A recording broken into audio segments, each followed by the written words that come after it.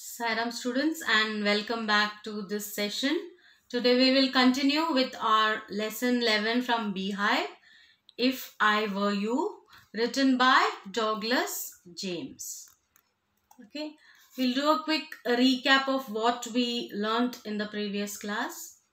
So this story, it is a drama which emphasizes the significance of intelligence, the presence of mind, and a cool head in situation of crisis. So how you use your intelligence and your presence of mind. So in this play we saw that there are two characters. So Gerard, a playwright, stays alone in a cottage. The intruder enters into a cottage with a revolver in hand. So when Gerard was in his cottage, this intruder, enters the house with a revolver in hands. His actions seem to be very melodramatic, means full of drama, sensational drama. He even tries to threaten Gerard. The intruder wanted to know everything about Gerard. So he wants to know each and everything, whatever he was doing, whether he was staying alone, whether he had a car. So everything about Gerard, this intruder was interested in knowing. We saw that he had a revolver also in hand. So now moving ahead, let's continue. Gerard, of course, if you put it like that, I'll be glad to assist you. I do possess a car and it's in the garage round the corner. The intruder, that's better. Do people often come out here? So we saw that he was asking about whether he owned a car, whether Gerard owned a car. And he also threatened him, saying that if he lied, he would kill him because the revolver he had in hand was not a toy. So Gerard readily accepted and said he did possess a car and it was in the garage round the corner. And intruder now again started investigating, asking, do people often come out here? Gerard, very rarely. Surprisingly, few people take the trouble to visit me. There's the baker and the greengrocer, of course, and then there's the milkman. Quite charming, but no one so interesting as yourself. So Gerard replies saying that there are few people who do visit him regularly, like the baker and the greengrocer and the milkman. He also told that, but there was nobody as interesting as the intruder. Intruder, I happen to know that you never see tradespeople. See, there are certain things that the intruder knows about Gerard already.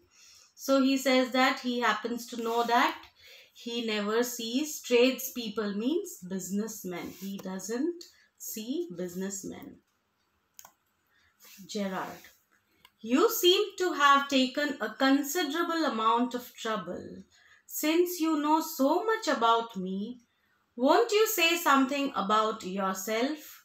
You have been so modest. Now, Gerard was able to understand that he knows quite a bit about him. And now he tries to find out who this intruder actually was and what he actually intended, what was his intention to enter the cottage. So he just asked him whether he would say something about him also. Intruder, I could tell you plenty. You think you are smart, but I am the top of the class round here. I have got brains and I use them. That's how I have got where I have. So he says, the intruder here says that he is smarter than Gerard and he has lot of brains and he also uses the brains that he has. Okay, so that's how he is here in front of Gerard. Gerard, And where precisely have you got? It didn't quite require a great brain to break into my little cottage. So, where have you exactly got in here? And it doesn't require a great brain to enter my cottage. Intruder.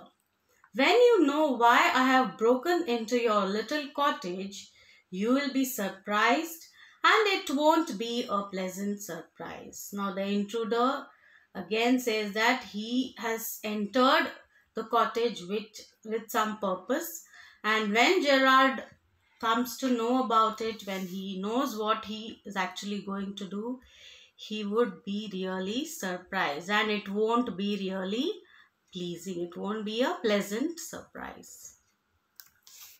Gerard, with you figuring so largely in it, that is understandable. By the way, what particular line of crime do you embrace? Or aren't you a specialist?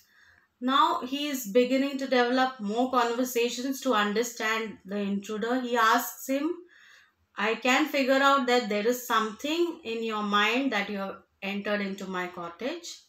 And he asks him, what type of crime do you specialize in? Intruder, my specialty is jewel robbery. Your car will do me a treat. It's certainly a dandy bus. So he says that his specialty is jewel robbery. Okay.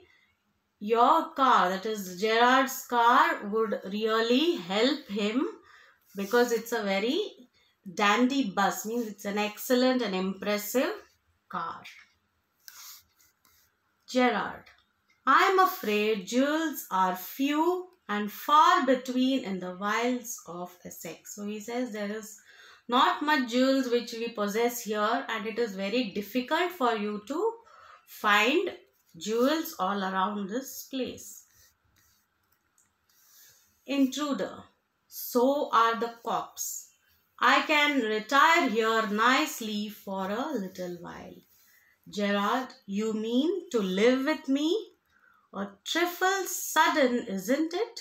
You have not been invited. So the intruder says even the cops would not be able to come to this place, and he can retire here, stay out here very nicely for a little while.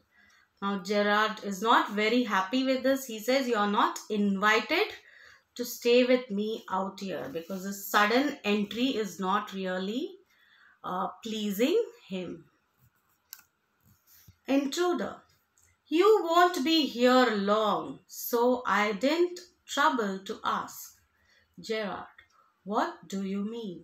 So now the intruder says that Gerard would not be staying for long here. That is the reason he never asked him permission to stay.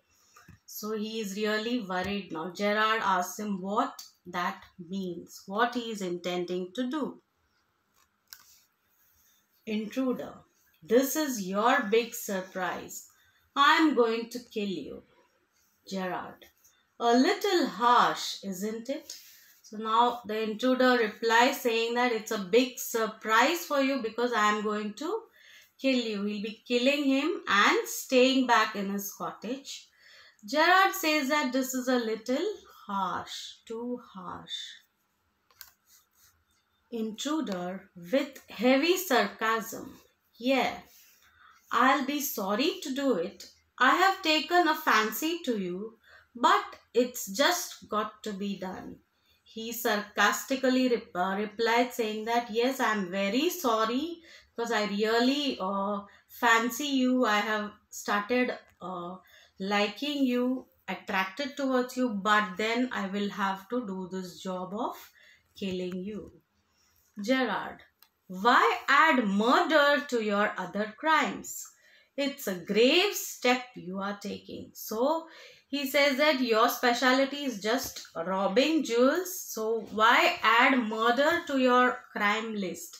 So it's a great step that he will be taking. Intruder, I am not taking it for fun. I have been hunted long enough. I am wanted for murder already, and they can't hang me twice. So now the intruder is so confident about himself. He says that he's not taking it for fun. He is already being wanted for murder already that has happened, and they can't hang him twice, because if he murders Gerard also, they will not be hanging him twice because they are already in search of him. Gerard, you are planning a gratuitous double, so to speak. Admitted you have nothing to lose, but what have you to gain? So he says you are planning all this without any reason, no good reason. Gratuitous means without good reason. You're just speaking all this. It will not help you in any way. You have nothing to lose, but you have nothing to gain also. He's trying to explain the situation to the intruder. Intruder, I have got freedom to gain. As for myself, I am a poor hunted rat. As Vincent Charles Gerard, I am free to go places and do nothing. I can eat well and sleep, and without having to be ready to beat it at the sight of a cop. So now what his intentions are getting a little clear, where he says that he is free to gain lot of things. Staying as Vincent Charles Gerard, he will be free to go to any place, eat well, sleep well, without any tensions, and he need not run away at the sight of a cop also. So the intruder here is trying to take the place of Gerard. Gerard. In most melodramas, the villain is foolish enough to delay his killing long enough to be frustrated. You are much luckier. So, melodrama means sensational dramas. The villain is generally foolish when he is trying to delay the killing. So, you are much luckier, he says. Intruder. I am okay. I have got a reason for everything. I am going to be Vincent Charles Gerard. See, I have got to know what he talks like. Now I know that posh stuff comes easy. This is Mr. V.C. Gerard speaking. So now the intruder says that I am fine with anything, whatever happens. Now he is going to be like Vincent Charles Gerard. He wanted to know how he lives, how he talks, and now he feels he has got all the confidence to be like the V.C. Gerard. Pantomime of phoning in imitation cultured voice. And that's not all. He stands up. Get up a minute. Gerard stands. Now take a look at me. Pantomime means you use movements and expressions, facial expressions, gestures, body movement to communicate something without using words. Okay, so he was acting like he was phoning in imitation in a very cultured, in a very decent voice, and said that is not all. He asks Gerard to get up for a minute and asks Gerard to take a look at him thoroughly. Gerard, you are not particularly decorative. Intruder, no. Well, that goes for you too. I have only got to wear specs and I'll be enough like you to get away with it. So Gerard now says that you are not very much decorative.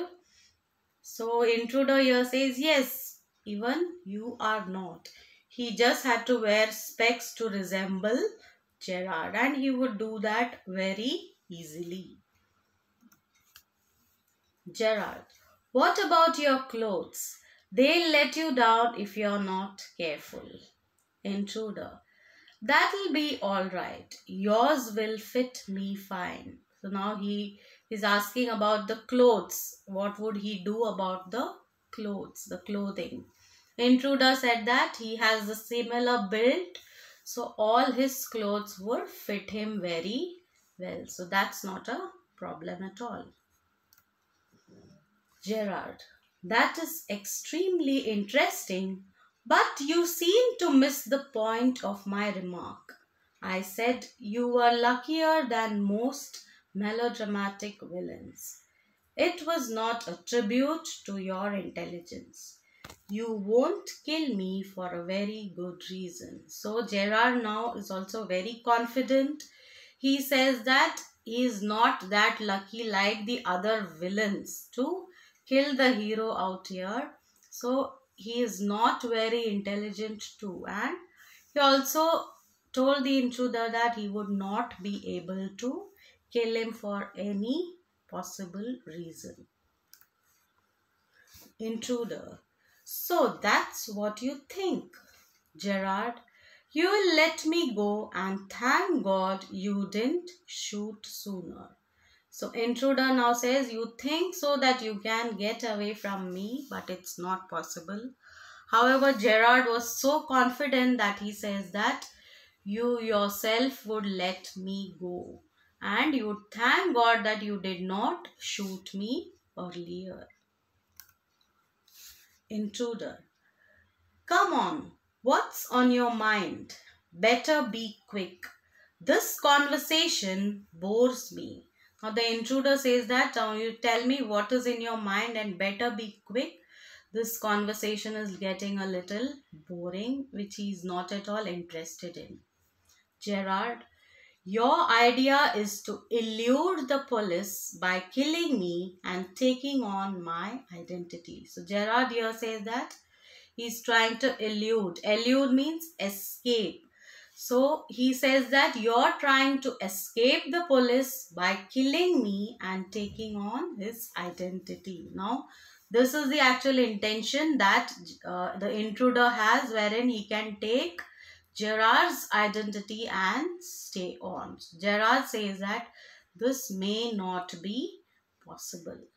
Now, what happens next? How does the intruder try to attack Gerard or not? How does Gerard use his presence of mind and his intelligence in avoiding this situation? We will continue it in our next class. Till then, just go through the lesson once again. Understand what is the plot about. Now you will get a link wherein you have to answer the questions given and submit the same on that particular link. Thank you.